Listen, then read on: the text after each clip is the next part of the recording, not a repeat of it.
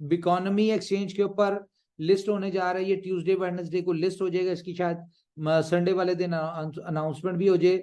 उसके बाद वेंडेक्स एक एक्सचेंज है, ठीक है, उसके ऊपर लिस्ट होने जा रहा है।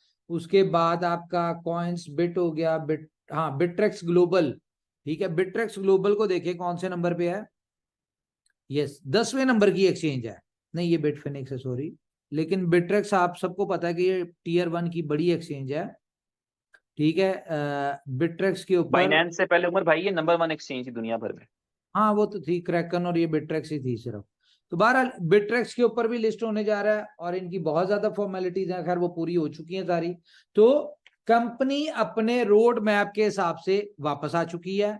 जहां पे डी ट्रैक हुई थी, हम अपनी जो डिट्रैक्शन जो थी हमारी उसको खत्म किया, अब हम अपने रोड मैप के ऊपर आ गए। रोड मैप क्या था कि जितनी भी हमारे प्रोजेक्ट्स लाइव होंगे, जितने भी प्रोजेक्ट्स हमारे स्टार्ट होंगे, उनमें पेमेंट गेटवे एक होगा, और वो होगा बी लव की। तो बी लव अपने रोड मैप के हिसाब से बिल्कुल सही जा रहा है।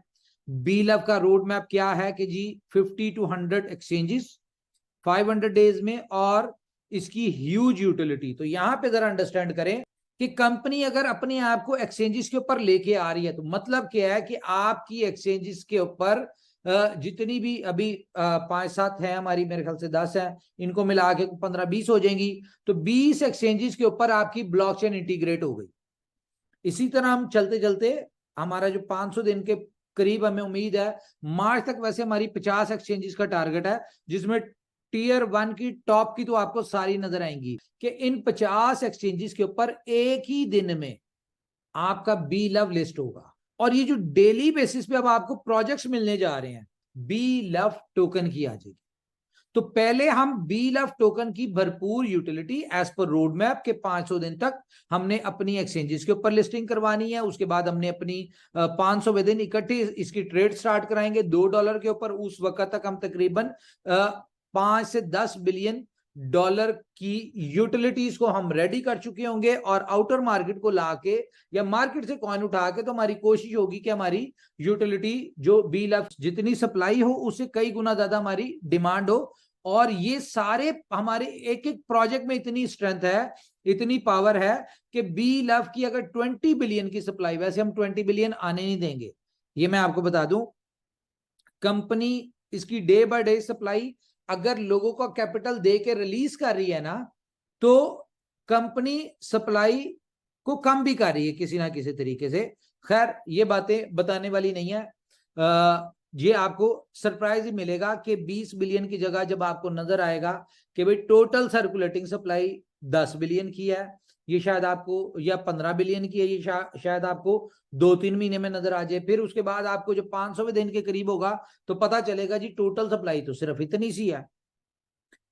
तो खैर कंपनी अपने रोड मैप के हिसाब से चल रही है। एक्सचेंजेस का मैंने आपको बता दिया कि कंपनी बहुत तेजी के साथ अपनी एक्सचेंजेस को जो है वो लेके आ रही है। इसके अलावा मैं आपको बता दूं कि OKFX आपको पता है कितनी बड़ी यूटिलिटी है, ये आ रहा है। अच्छा मैं आपको कुछ चीजें बताता हूं, बाकी मेरे पास कुछ 10 के करीब चीजें हैं, मैं डिस्कस करूंगा आपसे।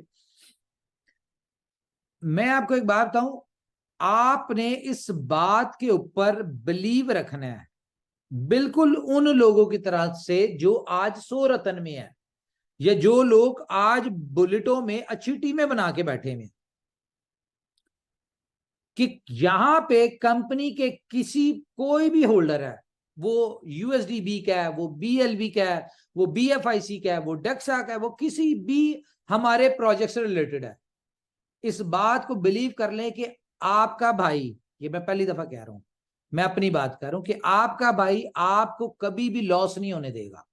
इस बात पे मुझे बिलीव है, ऊपर वाले की जात के ऊपर भी, और जो हम कर रहे हैं हमें अपनी नीयत के ऊपर भी बिलीव है, कि हम अपने किसी भी मेंबर को लॉस नहीं होने देंगे, बशर्त है कि वो कंपनी की स्ट्रेटजी के साथ चले, ये जरूरी है।